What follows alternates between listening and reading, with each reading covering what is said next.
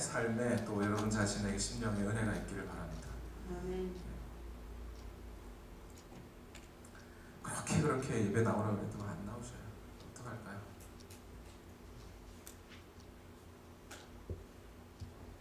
네, 저만의 고민은 아닌 것 같더라고요.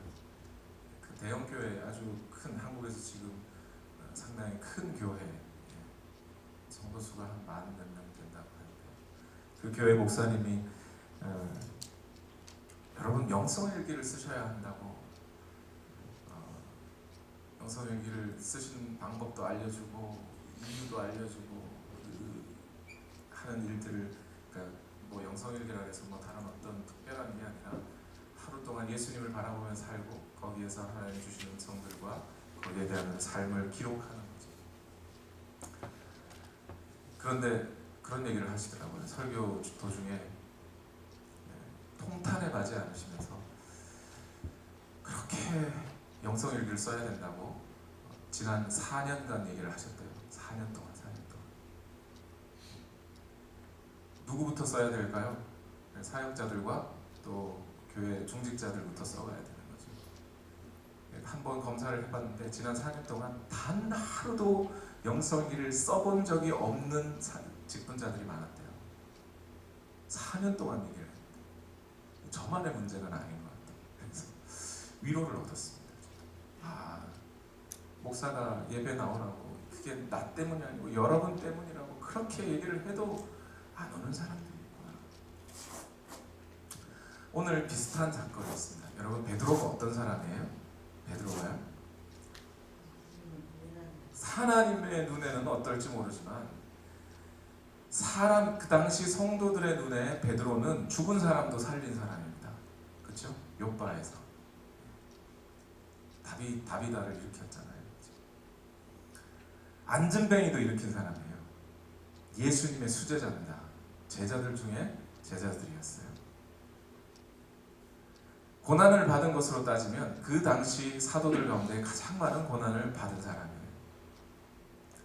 한번 설교해서 3,000명, 4,000명이 예수님 앞에 돌아온 역사들이 있었어요. 그 위대한, 도저히 오늘날의 사역자들이 어떻게 사역을 해도 그렇게 사역을 할 수 있을까요? 도저히 따라갈 수 없는 그런 능력의 사역자입니다. 그런데 베드로가 오늘 본문에 보니까 어떻게 됐다고요?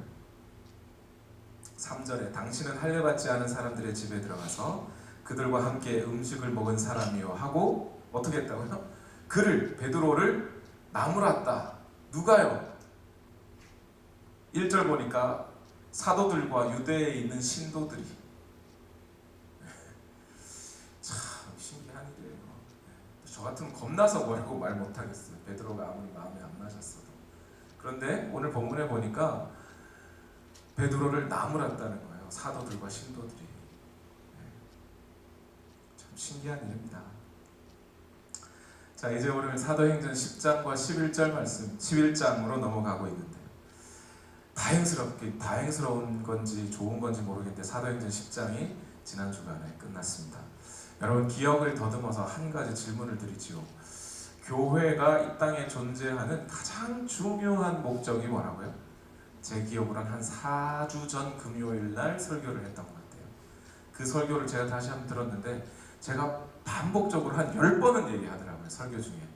교회가 이 땅에 존재하는 저와 여러분, 교회 그러면 건물이 아니잖아요. 조직이 아니고 프로그램이 아니고 저와 여러분이 교회잖아요.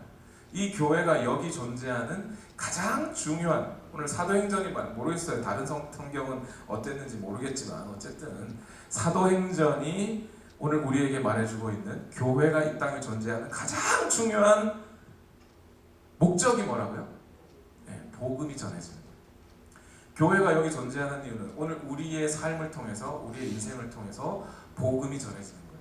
오늘 우리가 예수 그리스도를 만나고 예수 그리스도로 새 사람이 되고 거룩을 옷 입고 새 사람을 입어서 살아가고 있는 이것도 복음이 전해지는 것을 위해 존재하는 거예요.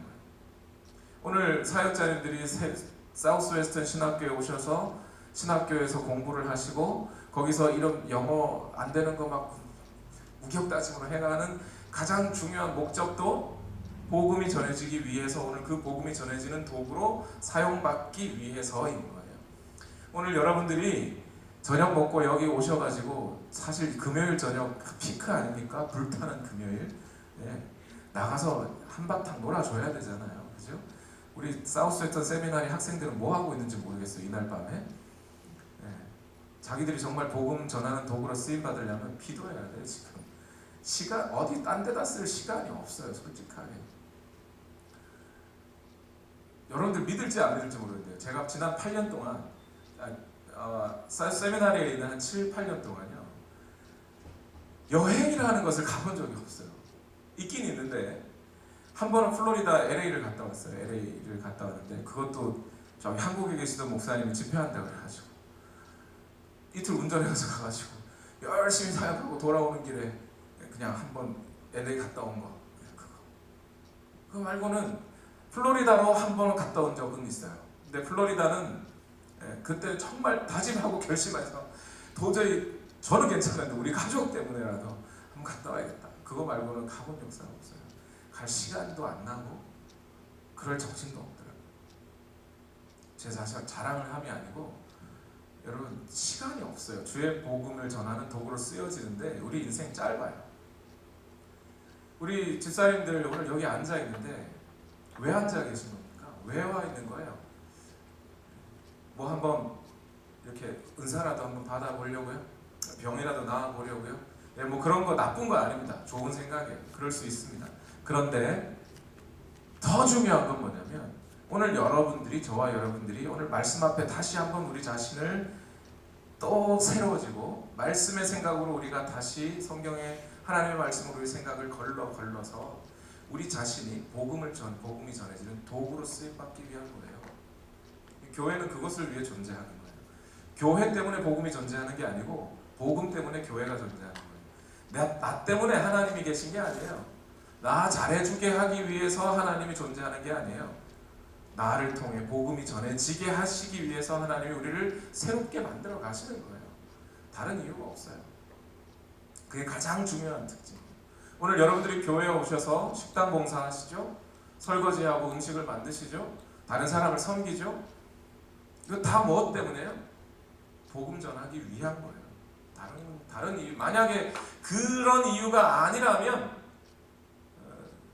안 해도 돼요.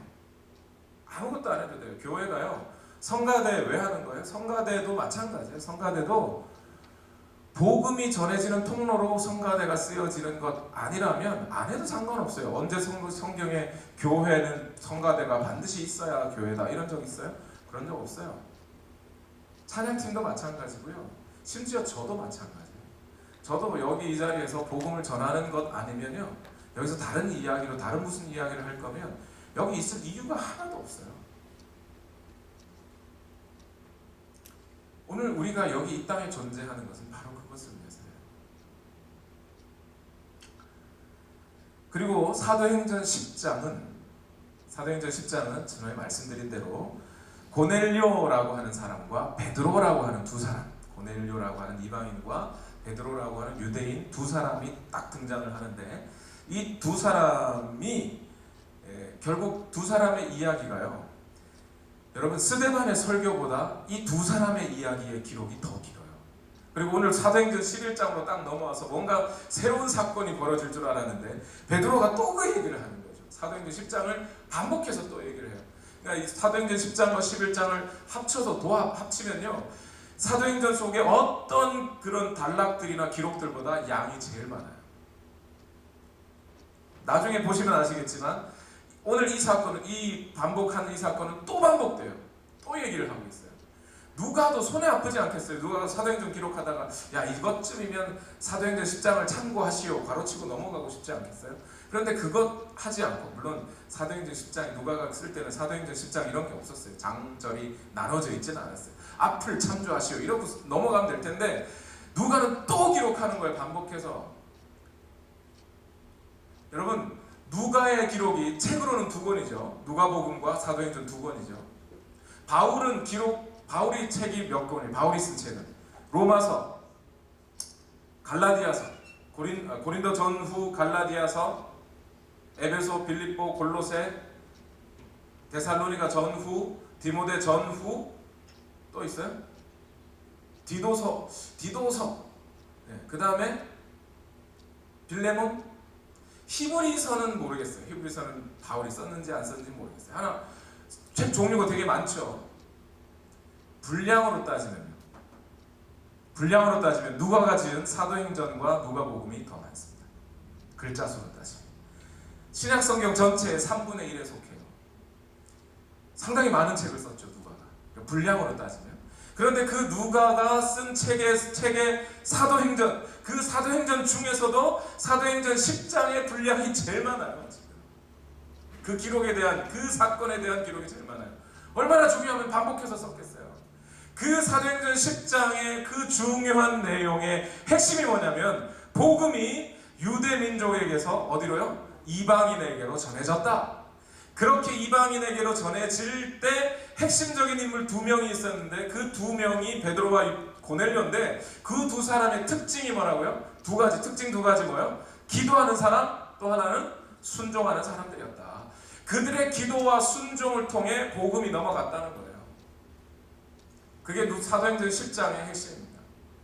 오늘 베드로나 고넬료처럼 오늘 저와 여러분도 마찬가지로 복음이 전해지는 통로로 우리가 사용되어야 하는데, 그렇게 복음이 전해지는 통로로 사용될 때 제일 중요한 덕목이 뭐가 되는 거예요? 그래서 동시에 기도와 순종이 되는 거예요.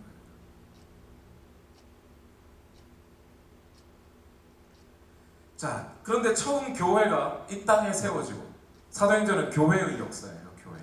교회가 이 땅에 세워진 역사인데, 교회가 이 땅에 세워지고 가장 먼저 교회를 향한 도전이 생겼어요. 그게 뭐였을까요? 자, 사도행전 2장을 거슬려 보세요. 사도행전 2장에 예수님의 제자들과 몇 명 사람들이 모여가지고 기도하고 있는데 성령이 강력하게 임하시고 그들이 나가서 주의 복음을 증거하는 사람들이 되었고, 날마다 모여 떡을 떼며 주의 말씀을 나누고, 집에서 모여서 떡을 떼고 모였을 때마다 주의 사도들의 가르침을 받아 날마다 기도하는 사람들이 되었어요. 그래서 교회라고 하는 것을 형성했습니다. 바로 그 교회를 향하여 첫 번째 도전이 찾아왔어요. 그게 어떤 도전이었어요? 교회의 리더들이 갖춰진, 교회의 리더가 누구예요? 베드로. 사도행전 3장이었잖아요. 사도행전 3장에 이제 안진뱅이를 일으키잖아요.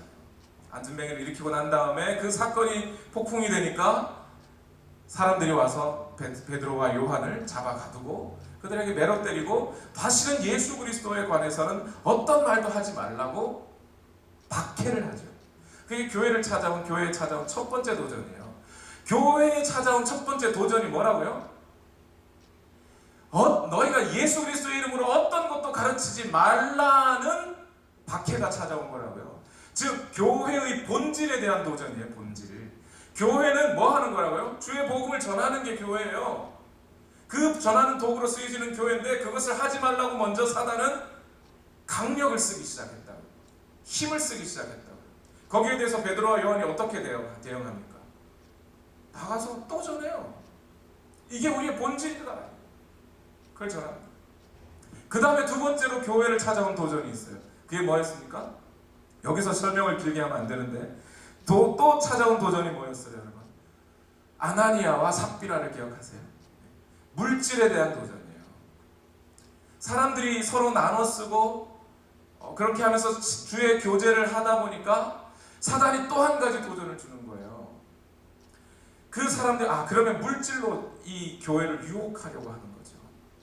성령을 거짓으로 속이려고 하는 거예요. 자기의 물질을 바쳐서 그것으로 자기 이름 내게 하는 곳, 소셜 클럽 정도로 만들어버리고 싶은 사단의 유혹이 있는 거죠. 만약 거기에 역시 베드로가 넘어가 버렸으면 교회는 복음을 전하는 도구로서의 기능하지 못하게 돼요. 물질 가지고 나눠 먹고 아나바다 하다가 그냥 그걸로 끝나요. 구제기관으로, 소셜 클럽으로 끝나버리는 거예요. 거기에 대해서 아나니아와 삽비라 죽어버렸습니다. 성령님의 강력한 눈앞에 죽어버렸어요. 그런 여러 가지 우여곡절들을 거치면서 교회 안에 또 한 가지 도전이 왔어요. 그 도전이 뭐냐면 분열이라는 도전이에요. 어떤 거냐면 이스라엘 땅에 살던 유대인, 그 유대인들이 예수님을 믿고 돌아온 사람들, 그 사람들이 그리스도인이죠. 또 한편으로는 이방인의 땅에 살던 유대인이 있어요. 그냥 헬라파 유대인이라고 표현을 하는데 어쨌든 헬라파 유대인, 그 사람들도 유대인은 유대인인데 이방인의 땅에서 살았단 말이에요. 나라가 없어서 바벨론이 막 쳐들어오고 아수르가 쳐들어오고 그랬을 때 이방인의 땅에 도망갔잖아요. 뭐 많은 사람들이 거기서 살던 유대인, 혈통은 지키고 있지만 어쨌든 이방인의 땅에서 살던 유대인들이 교회 안으로 들어왔어요. 그런데 거기서 날마다 빵을 떼고 떡을 나눠주다가 그 중에 헬라파 유대인들의 과부에게는 빵이 잘 나눠지지가 않은 거죠.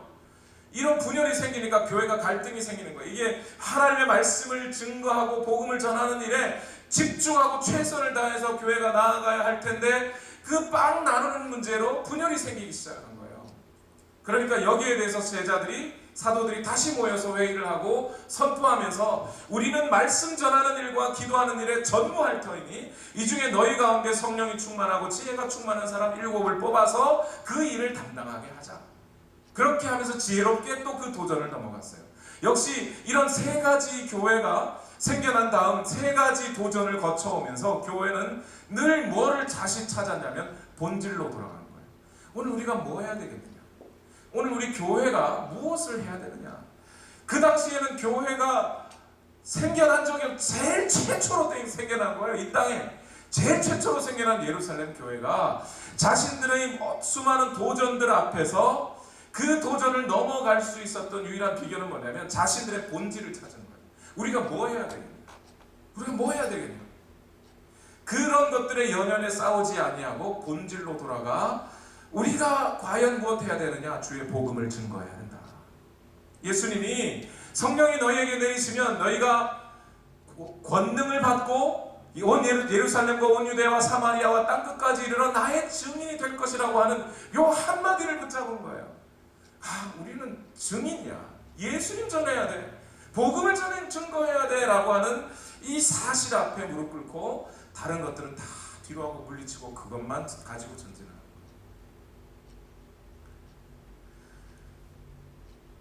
저도 제가 지금까지 사역한 것이 잘했다고 판결할 수는 없습니다. 하나님께서 보시겠죠. 그런데 이것 가지고 지금까지 왔어요. 내가 다른 어떤 목적을 가지고 온누리 교회에서 사역하는 게 아니라 지금 하나님께서 내게 주신 이 사람들을, 내게 주신 것도 아니죠. 맡기신 사람들에게 어떻게든 말씀을 전하고 그 말씀을 전한 것을 듣고 그 사람들이 복음을 전하는 도구로 쓰임 받아야 한다. 복음을 전하고 증거하고 예수를 증거하는 사람들로 바뀌어야 한다는 그것 하나만 가지고 생각합니다. 그러다 보니 친구를 잃어요. 사실입니다. 그러다 보니 사람들이 아니 그 교회는 갔다가 왜 사람들이 다 나와? 뭐 이런 소리도 해요. 솔직히. 저와 목적이 맞지 않는 분들은 오셨다가 이거 내가 다닐 교회가 아니네 하고 다 가십니다. 이해합니다.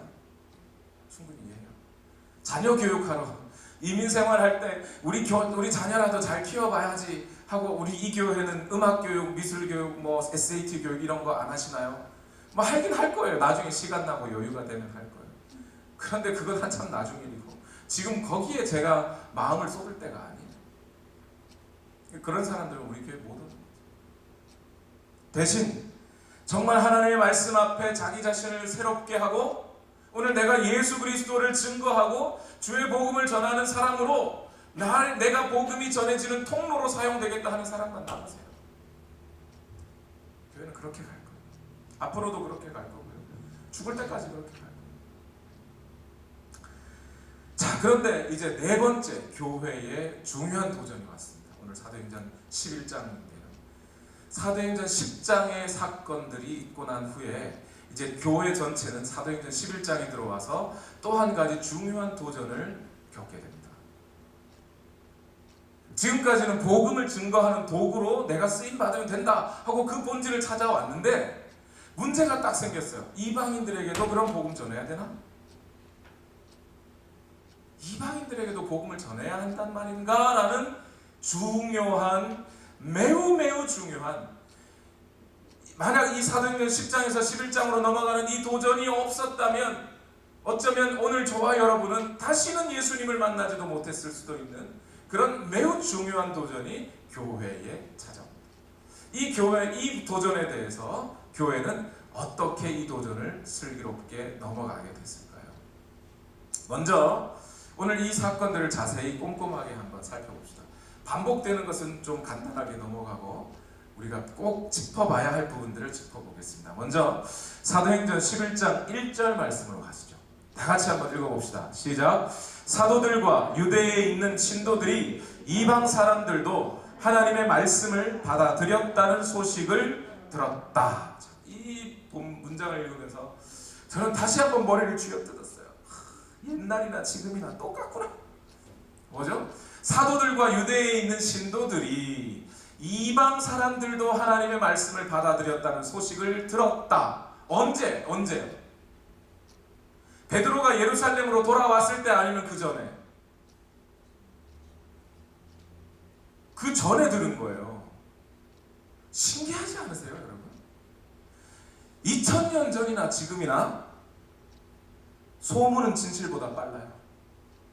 사람의 입의 말은 달리는 말보다 빨라요. 예루살렘에 베드로가 돌아오기도 전에 이미 예루살렘에 있는 사도들과 신도들이 야, 베드로가 이방인들하고 같이 잠도 자고 밥도 먹었대. 엄마 그런 일이? 라는 소문이 벌써 오는 거예요. 대체 누가 이 소문을 낸 거예요? 신기하지 않으세요? 누가는 어떻게 이 소문이 예루살렘에 왔는지에 대해서 얘기하지는 않습니다. 그런데 여러분 참 신기하게도 갔어요. 어떻게 갔는지 모르겠어요. 잘은 모르지만 사도행전 10장 맨 마지막 절에 보면 거기 고넬료의 집안 사람들이 베드로더러 우리 며칠만 좀 더 있어 주십시오 했다고 그랬어요. 아마 베드로가 더 있었을 거예요. 더 있는 그 사이에 베드로와 함께 갔던 유대인 그리스도인들이 있었죠. 몇 명인지는 모르지만 여기 11장을 읽다 보면 그게 6명쯤 된다는 게 보여요. 근데 그 사람들이 먼저 오지 않았을까? 그리고 그 사람들이 자초지종을 잘 설명해서 알려주고 정확한 삶의 사정을 여차저차해서 베드로가 이렇게 했습니다 라고 알려줬으면 될 텐데 잘 들어봐. 큰일 났어.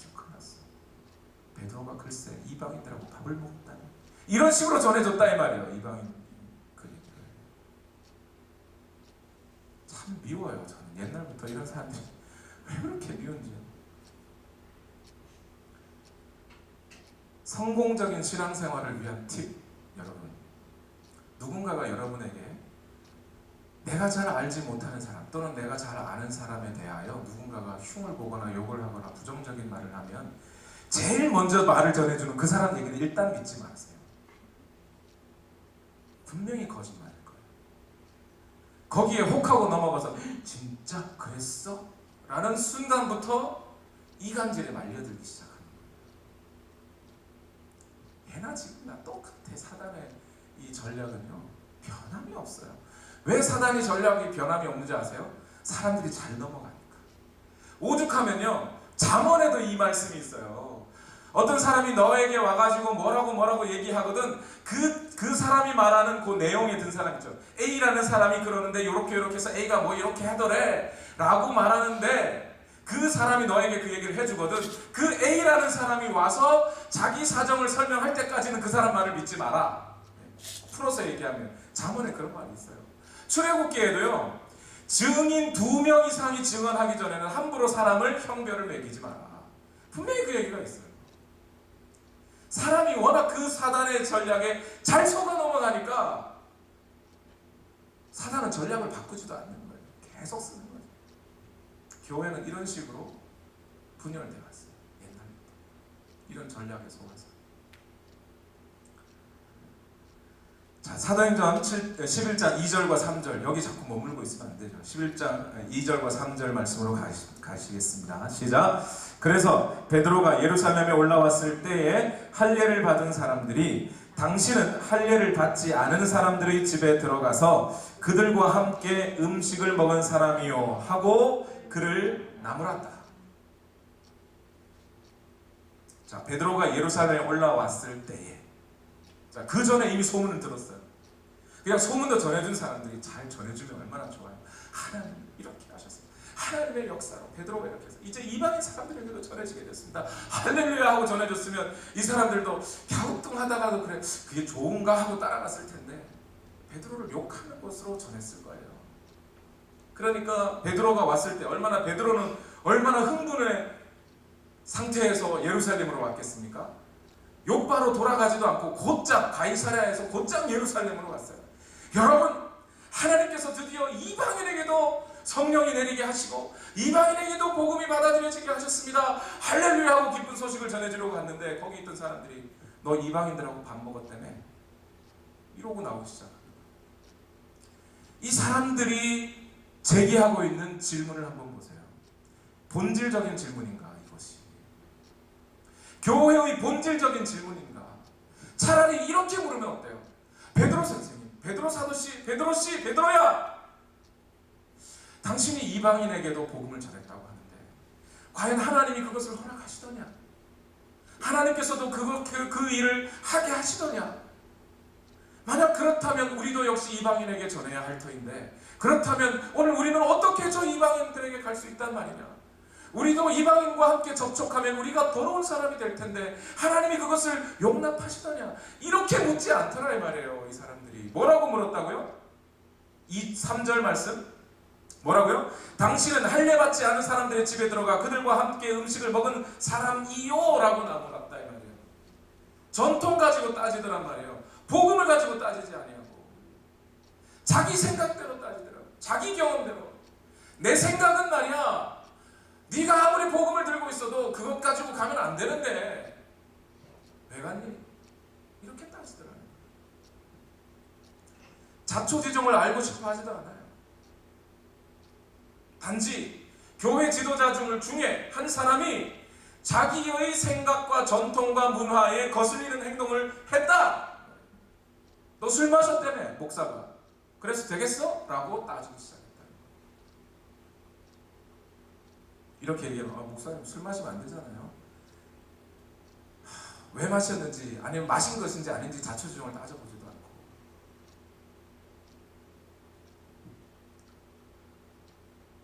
지금 이 베드로에게 의문을 제기하고 있는 이 사람들 있잖아요. 나중에 가면 바울과 바나바를 또 괴롭힙니다. 그래가지고 이 사람들 때문에 예루살렘에 다시 모여서 사도들이 회의를 해요. 이방인들에게 보면 어떻게 전할까 문제죠.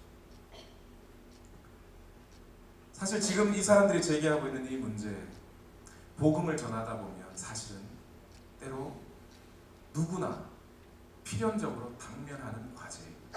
왜냐하면요, 복음이라는 것 자체가 원래 모든 민족을 포용하는 거예요. 예수 그리스도의 십자가의 보혈이 주님의 부활의 능력은 유대인에게만, 아니 우리 민족에게만이 아니라 모든 민족에게 다 들어가는 문제예요.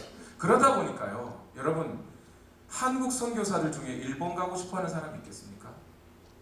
물론 선교사님들이라면 성령 충만하셔서 가시겠지만 일본에 복음 증거하러 가다가 내가 목숨 걸고 일본을 위하여 복음 증거한다 그러면 그들에게 생명을 전하고 그들에게 살려낸다고 하면 좋아할 사람이 있냐고요?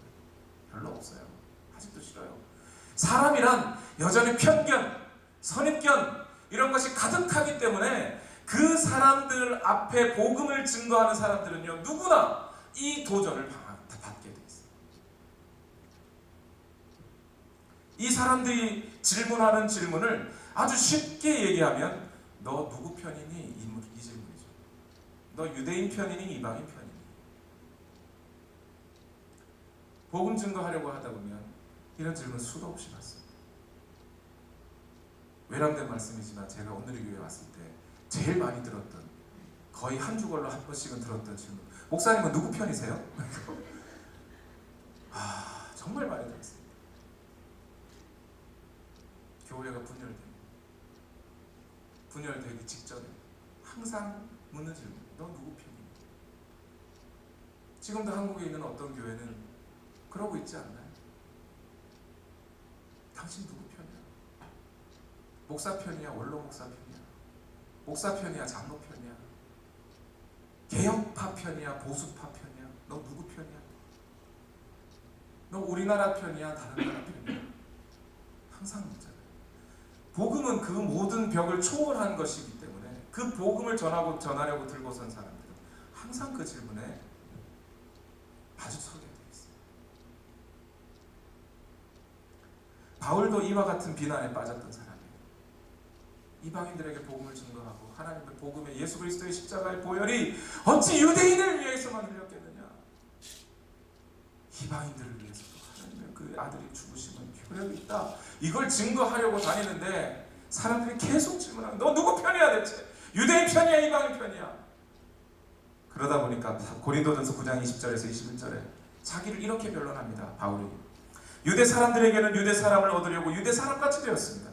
율법 아래에 있는 사람들에게는 내가 율법 아래에 있지 않으면서도 율법 아래에 있는 사람을 얻으려고 율법 아래에 있는 사람같이 되었습니다. 율법이 없이 사는 사람들에게는 내가 하나님의 율법이 없이 사는 사람이 아니라 그리스도의 율법 안에서 사는 사람이지만 율법 없이 사는 사람들을 얻으려고 율법 없이 사는 사람같이 되었습니다. 바울이 왜 그렇게 살았어요?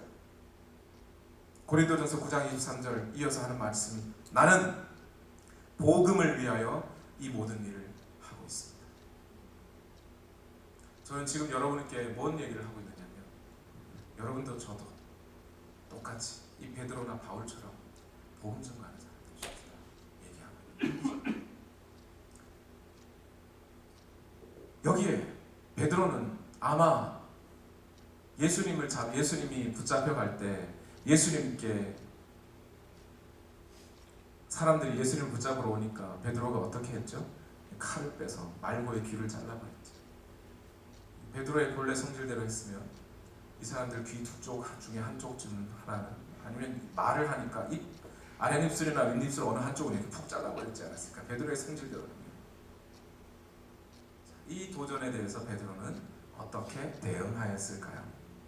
사도행전 11장 4절 말씀을 읽어봅시다. 4절 시작.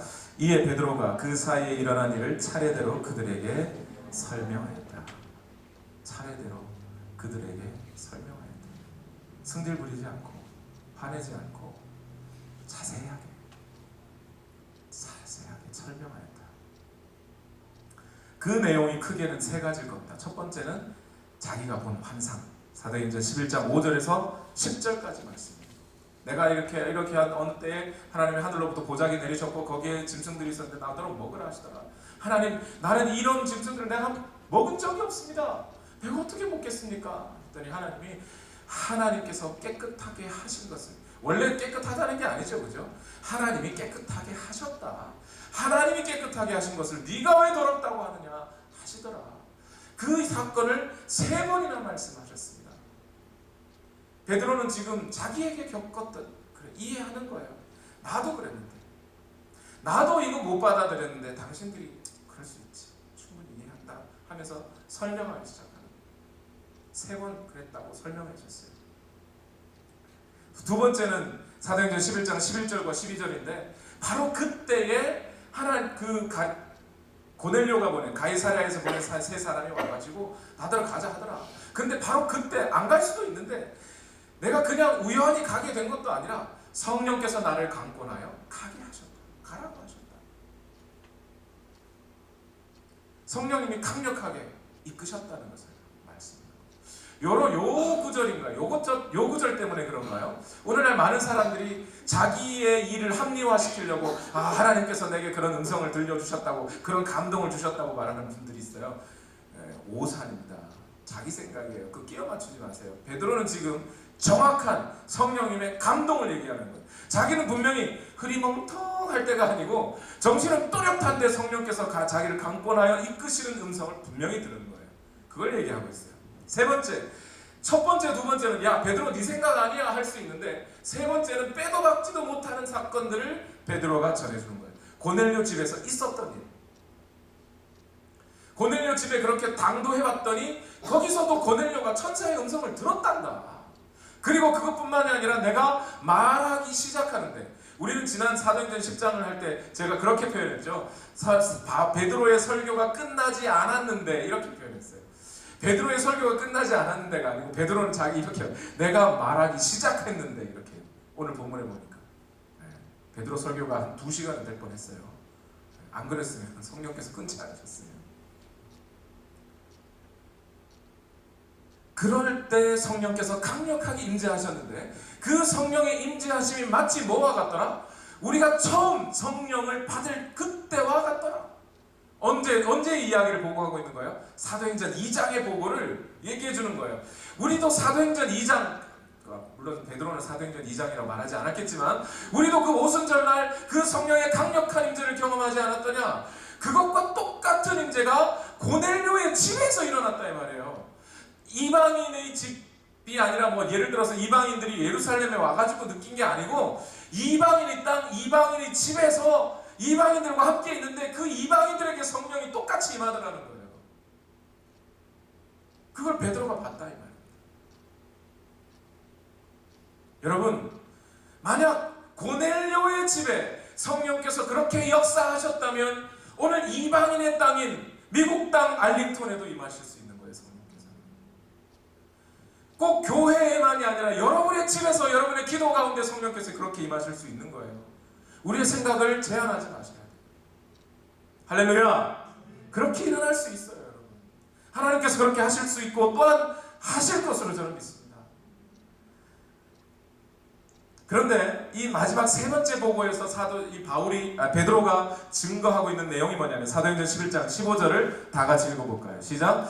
내가 말을 하기 시작하니 성령이 처음에 우리에게 내리시던 것과 같이 그들에게도 내리셨습니다. 그때 베드로의 감정이 어땠을까요? 그때 지금 보고하는, 교회 앞에 보고하는 때 말고 성령이 임하시는 바로 그 순간 이 말을 전하는 베드로의 마음을 보세요. 야, 감동입니다. 하나님께서 이방인들을 살리시고 그리고 그 자초지정을 다 설명하고 사도행전 11장 16절에 베드로는 이 말을 덧붙입니다. 다 같이 읽어봅시다. 시작! 그때에 나는 요한은 물론 침례를 주었지만 너희는 성령으로 침례를 받을 것이다 하신 주님의 말씀이 생각났습니다. 이게 몇 장 몇 절이죠? 사도행전 1장 5절 말씀이죠. 1장 5절 너희는 성령으로 침례를 받을 것이다 라는 생각이 났습니다 이 말이에요. 지금 베드로가 하나님의 성령이 이방인들과 고넬료 집에 임하는 것을 보면서 예수님이 맞아! 그때 예수님이 우리에게 너희가 몇 날이 못 되어 성령으로 침례를 받을 것이라고 했지. 그 말씀에 따라 우리가 오순절 날이 가까이 왔을 때 우리가 성령을 받았지. 지금 이것이 그 사건이로구나 하고 베드로가 깨달았다 이 말이에요. 즉 이 베드로의 말 뜻이 뭡니까? 아하! 오늘 하나님께서 오순절 날에 주의 성령을 보내시고 급하고 강한 바람 같은 소리가 있고 우리가 앉았던 모든 집에 그 소리들이 가득하고 각 사람의 머리 위에 그렇게 불의 혀같이 갈라지는 것이 우리 눈에 보였는데 그러자 각 사람들이 모두 다 성령으로 충만하여졌고 성령이 말하게 하심을 따라 각자의 방언대로 말하기를 시작했더라. 그 사건은 바로 단순히 우리 유대인에게만 주신 사건이 아니라 그리고 그 사건을 우리에게 주신 이유는 오늘 그 사건을 또한 이방인들에게도 주시기 위함이었구나. 주께서 우리에게 복음을 주신 이유는 단순히 우리에게만 복음을 주시고 우리가 할렐루야 감사합니다 나 잘 먹고 잘 살겠습니다 할렐루야 아멘 하고 먹고 자빠지라는 게 아니고 이것으로 이방인들에게 전하라고 하시는 거였구나 라는 것을 깨닫기 시작한 거예요. 베드로가 그때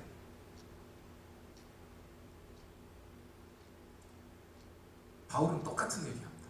베드로와 똑같은 얘기를 로마서에서 하나님께서 우리 유대인에게 율법을 주신 이유가 뭐냐? 이 율법을 가지고 이방인에게 전하라는 거 아니었더냐? 그런데 이 유대인들이 율법을 그들에게 전하지는 않고 그러면서 율법은 갖고 있다고 자부하면서 율법대로 살지는 않고 이런 썩을 놈들 하고 로마서에 적었다. 썩을 놈들 용어는 빼고 그건 제 생각, 제 얘기고 마지막 베드로의 말은 최종적으로 도장을 꽝 찍어버립니다. 사도행전 11장 17절 다 같이 읽어봅시다. 시작. 그러므로 하나님께서는 우리가 주 예수 그리스도를 믿을 때에 우리에게 주신 것과 같은 선물을 그들에게 주셨는데 내가 누구이기에 감히 하나님을 거역할 수 있겠습니까? 여기서 선물이 뭐였겠어요? 선물이 성령 받는 겁니다. 성령으로 침례를 받는 겁니다. 구원 받는 거죠. 구원의 선물과 성령의 선물을 그들이 동시에 받았다 이 말이에요. 이방인들이. 하나님께서 그들에게 구원과 성령의 선물을 주셨는데 내가 누구라고 하나님을 거역하겠느냐. 개역 개정판에는 뭐라고 되냐면 내가 누구건데 하나님을 막을 수 있겠느냐 이렇게 되어 있어요. 하나님을 막을 수 있겠느냐. 나는 못 막는다. 저 가이사랴에서 있었던 일들이 내 선택, 내 생각, 내 뜻이 아니고 하나님이 하십니다. 그걸 내가 어떻게 맡겠냐.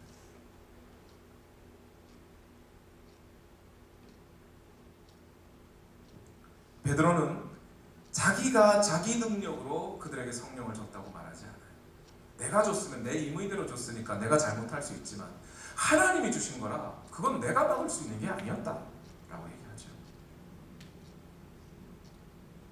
자, 베드로는 지금 뭐라고 대답하는 거야? 너 누구 편이야?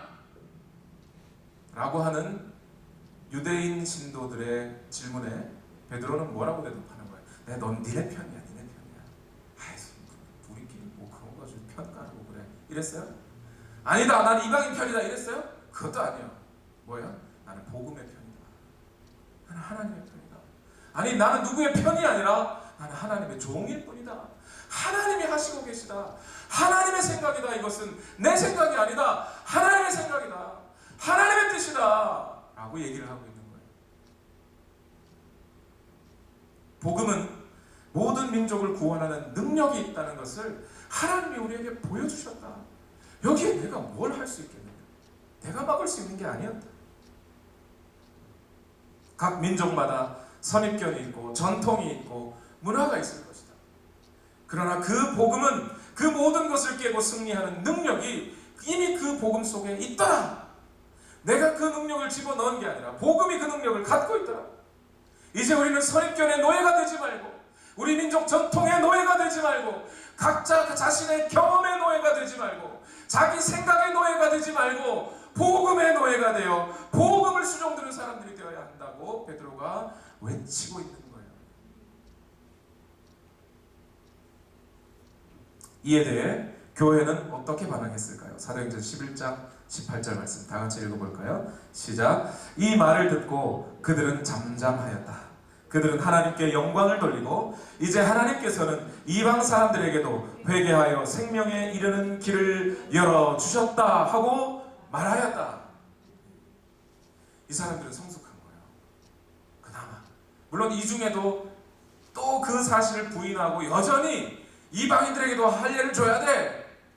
뭐 이런 사람들이 있긴 있지만 그러나 지금 베드로의 말을 듣고 있는 이 사람들은 그나마 성숙한 거예요. 왜요? 그 하나님의 생각에 자기 생각을 접어버리니까. 하나님의 생각과 나의 생각이 부딪힐 때 여러분 내 생각을 하나님도 동의하셔야 한다고 믿지 말고 밀어붙이지 말고 빨리 접으세요. 빨리 회개하고 빨리 돌아오세요. 빨리 하나님의 생각을 받아들이고 빨리 하나님의 생각 앞에 순종하세요. 최선입니다. 그게. 고집 부리다가 그 고집이 30년 가요. 그러다 죽으면 모르겠어요. 저는 장담할 수 없어요. 구원 받았다고까지도 장담 못할 수 있어요. 안 된다고 단정 지으면 안 되겠지만 장담은 못해요. 이 베드로의 말을 듣고 있는 유대인 신도들의 마음은 어떤 걸까요? 맞아. 내가 처음부터 선민이었나? 내가 처음부터 유대인이었나? 내가 처음부터 선택된 민족이었나? 비록 우리 아브라함 할아버지를 내가 최고의 사람으로 섬기고 있지만 그 아브라함이 누구예요? 사실은 아브라함이 원래부터 유대인이었어요. 아브라함이 어디 살았어요? 원래 메소포타미아 갈대아 우르라고 하는 지역에 살던, 그리고 그 갈대아 우르라고 하는 지역이 우상이 가득한 도시였어요. 그 도시에 한 이방인이죠. 메소포타미아 지역이니까 거기를 유대인 이스라엘 땅이 아니잖아요. 요단강이 흐르는 곳이 아니잖아요. 거기 갈릴리 바다가 있고 사해 바다가 있는 곳이 아니잖아요. 거기 메소포타미아 지역에 살던 아브라함 아버지를 하나님이 불러서 세웠지 않았나요? 그를 깨끗하게 하시고 입히시고 먹이시고 보호하시고 그를 깨끗하게 하셔서 그로 하여금 그의 후손에게 율법을 주시고, 그래서 그 율법은 우리가 받기 전에 유대인들은 어디 있었어요? 이집트의 노예로 살았어요. 율법은 그 다음에 주신 거 아니에요. 그러니 율법 주시기 전에 자기들은 선택된 민족이라고 생각하기도 어려운 사람들이었어요. 어차피 그 이방인이나 나나 다를 바 없는 민족. 빨리 구워야지. 빨리 겸손해져.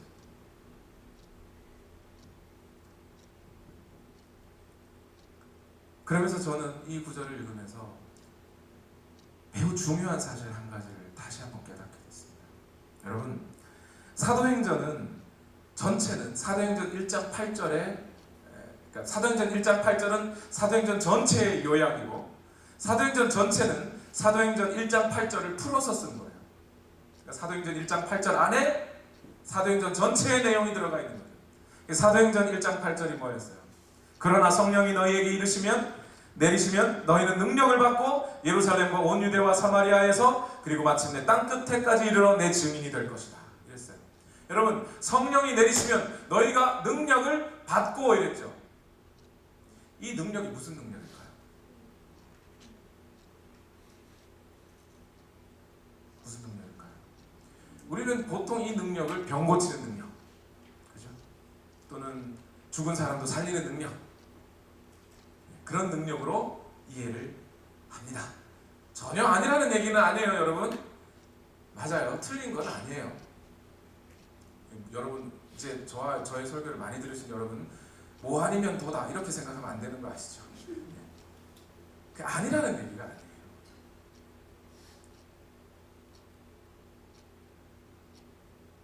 그런데 이 능력이라는 것에 대해서 다시 한번 생각해 봤습니다. 성령이 너희에게 내리시면 너희가 능력을 받는다. 물론 성령이 오순절날 다락방에 모였던 그들에게 모여서 그들이 방언을 말하고 은사를 발휘하고 죽은 자를 일으키고 이런 일들을 했어요. 그런데 베드로가 병든 사람 고치는 일을 그때만 했을까요? 그 전에도 했을까요? 그 전에도 했어요. 그죠? 예수님이 파송해서 한 적이 있어요. 했다고요. 기억 안 나시는군요. 70명의 제자를 보내실 때 예수님이 보내시면서 제자들이 갔더니 막 능력이 나타나는 거예요. 실제로 그런 병 고치는 일들을 하게 되는 거예요. 그래서 예수님 앞에 돌아와서 예수님, 야, 우리가 갔더니 귀신도 떨고 떠나가더이다. 그랬더니 예수님이, 그래, 나도 봤다. 하늘로부터 번개처럼 떨어지는 귀신이 떨어지는 날 봤다. 예수님 여기서 봤다. 이렇게 얘기한 적이 있어요. 그러니까 그것이 능력이 아니라는 얘기는 아니지만, 지금 성령께서 그들에게 임하셔서 그 제자들이 받은 그 능력의 본질이 그런 것일까? 제 얘기는 그게 아닐 수 있겠다는 생각을 한 거죠. 성령이 능력을 주셨는데 그 성령의 능력을 받은 이 사람들이 뭘 해요? 이제 1장 8절을 생각해보면 예루살렘과 온 유대를 넘어 사마리아를 넘어 땅끝까지 이르러 예수님의 증인이 되는 능력이 돼야 되잖아요. 그쵸? 그러니까 이 능력은 단순히 병을 고쳤다, 아니면 안진뱅이를 일으켰다는 능력이라기보다는 그런 부분도 분명히 포함되어 있지만, 그보다 더 본질적으로 어떤 능력이냐면 모든 민족의 선입견과 문화와 전통의 편견을 깨고 넘어갈 수 있는 능력, 그 마음의 능력을 주신 거예요. 그 마음의 능력을 통하여 이 사람들은 복음을 전할 수 있게 되는 거죠. 그 마음과 생각의 능력이 아니라면 교회는 단순히 병원 같은 곳이 되어버리고 말아요. 그냥 치료만 해주면 되는 거예요.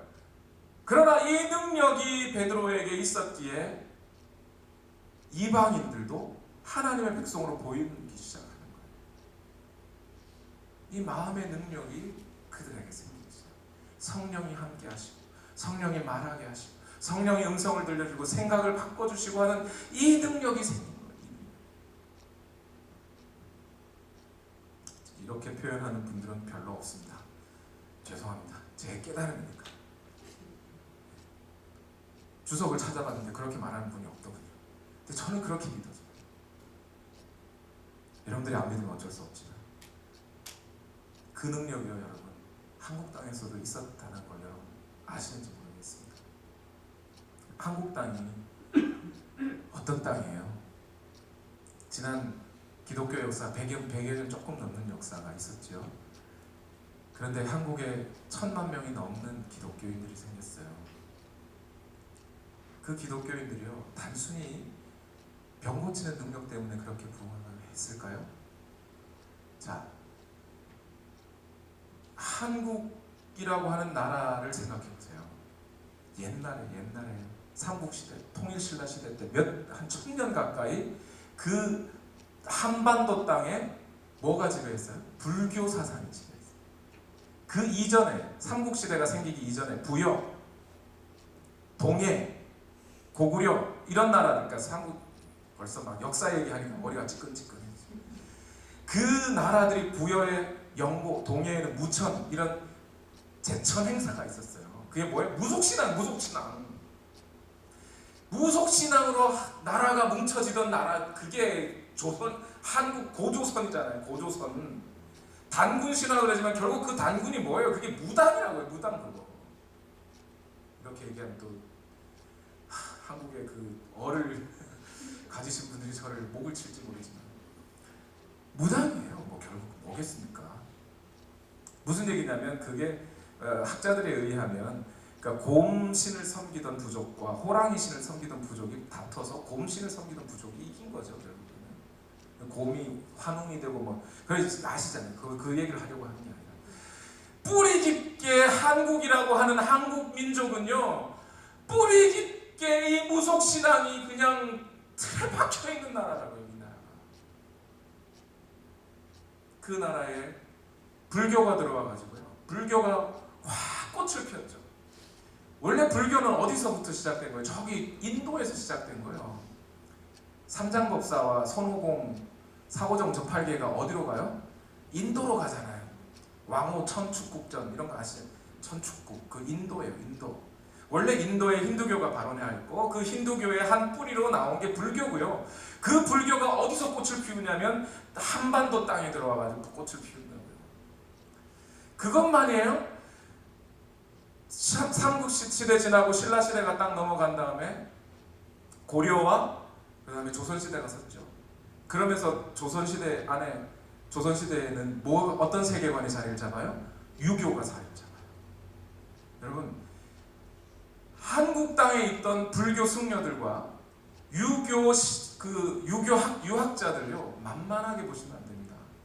이 사람들이 중국에 가가지고 원래 발원은 중국에서 한 거죠. 그게. 근데 중국에 가서 중국의 스님들과 중국의 유학자들과 다퉈서 이긴 사람들이 조선 사람들이에요. 만만히 볼 사람들이 아니에요. 그 유교적인 위계 질서가 가득 찬 게 조선 땅이었어요. 그것만 있었어요. 일본의 군국주의가 들어왔죠. 한국 사람들 원래 욕을 못하는 사람들이에요. 일본 사람들이 왔다 지나간 다음에 이 새끼 저 새끼 하는 욕이 막 생기기 시작한 거죠. 그 40년간의 지배가 한국 땅에 얼마나 큰 영향을 뿌려내렸는지요. 사람들이 그때 엄청나게 많이 변했습니다. 폭력적이 되고 지금도 그 친일 민족, 친일 앞잡이 하던 사람들이 한국의 정계 재계를 붙잡고 있는 거 아닙니까? 그 땅에 복음이 들어갔어요. 그 땅에 100년 전. 그 100년이 지났는데 한국 땅에 지금 가보면 밤에 지금은 법적으로 가려가지고 좀 어렵지만 제 기억으로 1980년대, 90년대만 해도요 십자가가 밤하늘, 서울 하늘을 다 덮어버렸어요. 얼마나 감사해요. 얼마나 대단한 거예요. 옛날에는 처음 2000년 전에는 유대인 기독교만 있었다고요. 이스라엘 사람들만 예수님을 믿는 줄 알았다고요. 그런데 사도행전 10장과 11장의 역사가 뒤집어지기 시작하면서 이제는 이방인들이 유대인처럼 되어버렸어요. 그래서 한 선교사님이 그 얘기를 해요. 사도행전 역사로부터 2000년이 지났는데 오늘날 교회는 이 사도행전의 정반대의 상황에 부딪히고 있다. 유대인들이 우리를 이방인들을 복음 전해주기 위해서 유대인들이 어떻게 싸웠어요? 목숨 걸고 싸웠어요. 바울 같은 사람.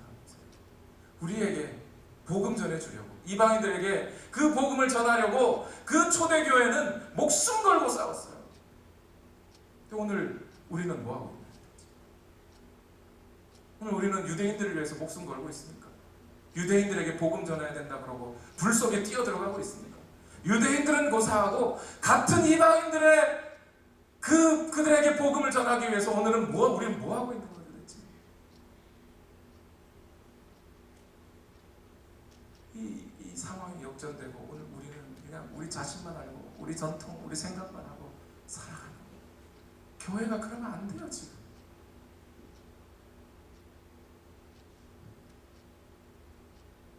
좀 시간이 지났는데 이 얘기는 꼭 드리겠습니다. 꼭 드려야겠어요.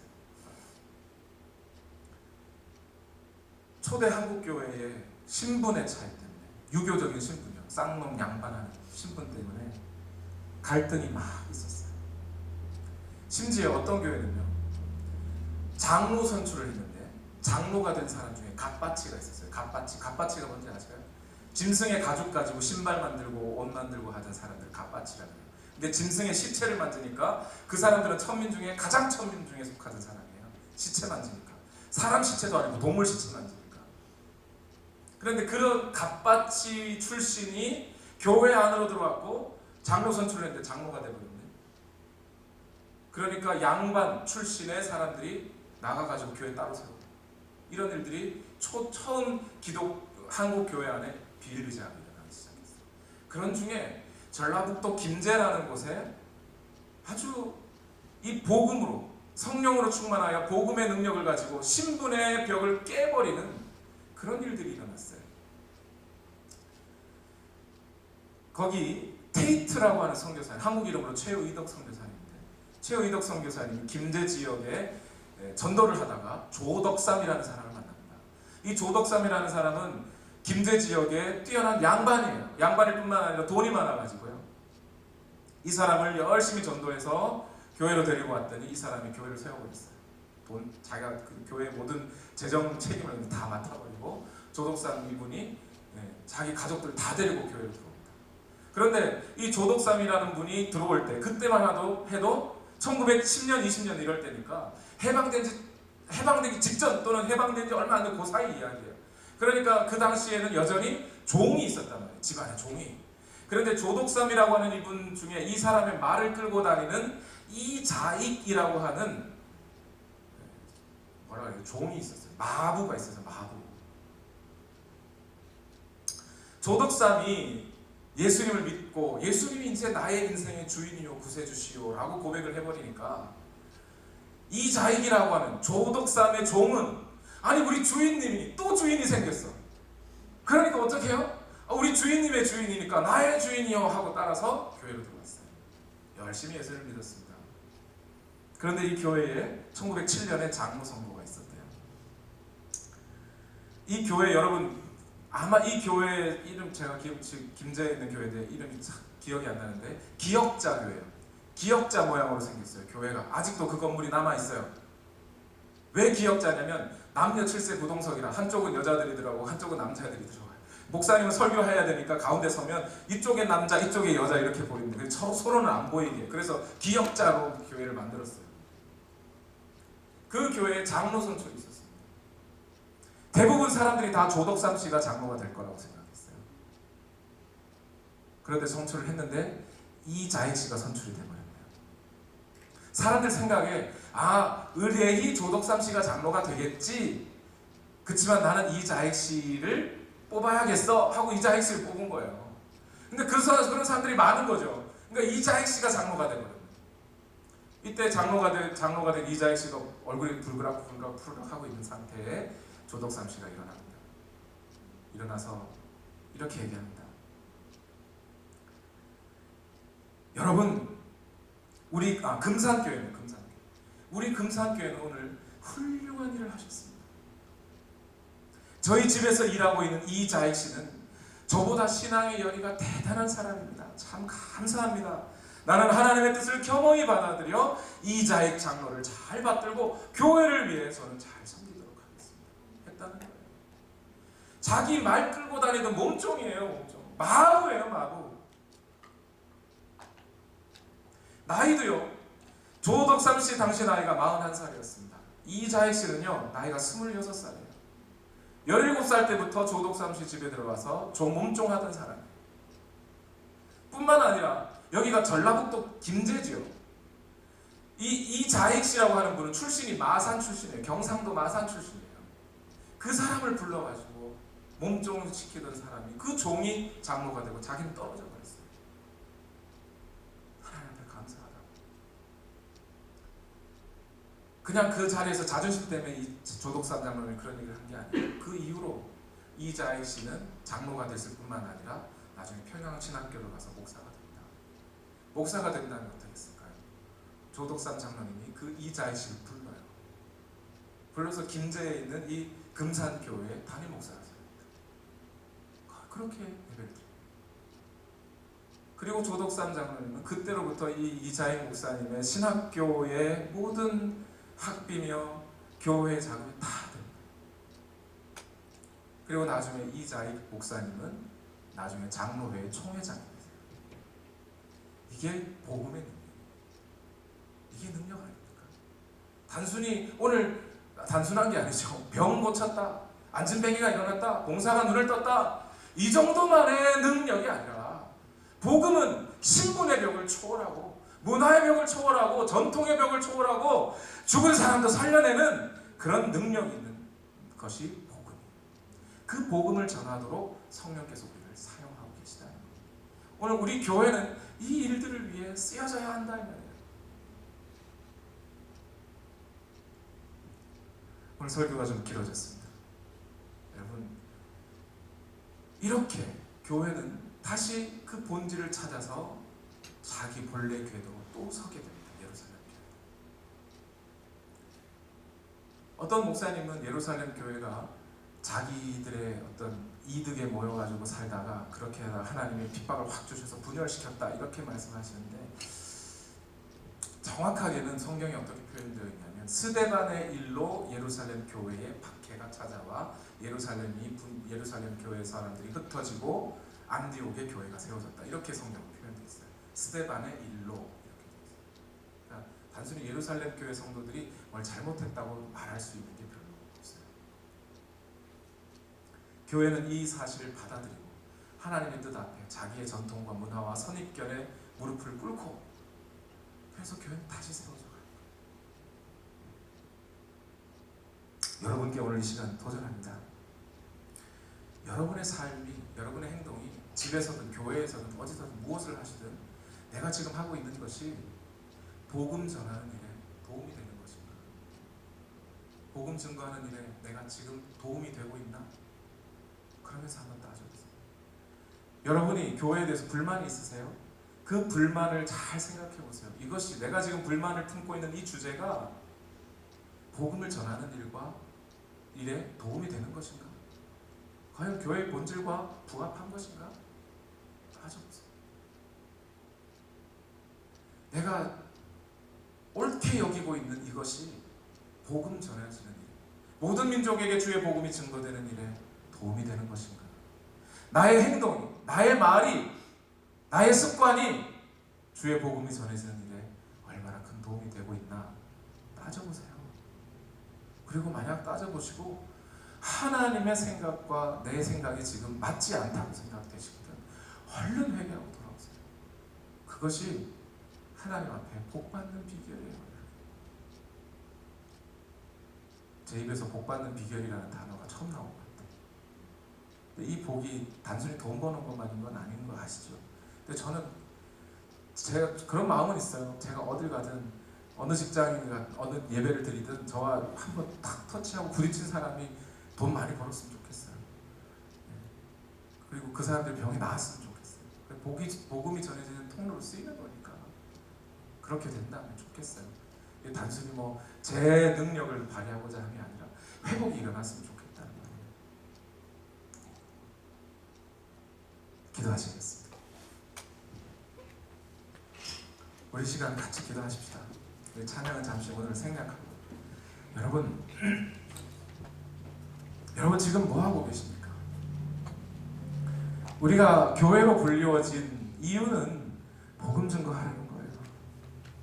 오늘 우리가 예수 그리스도로 옷 입고 이제 나는 죽고 예수 그리스도로 살아가는데, 예수 그리스도로 살아가는 이 과정에서 오늘 우리에게 맡기신 하나님의 사명은 뭐냐면, 우리의 말과 행동을 통해 예수 그리스도가 증거되고 전해지는 데 있어요.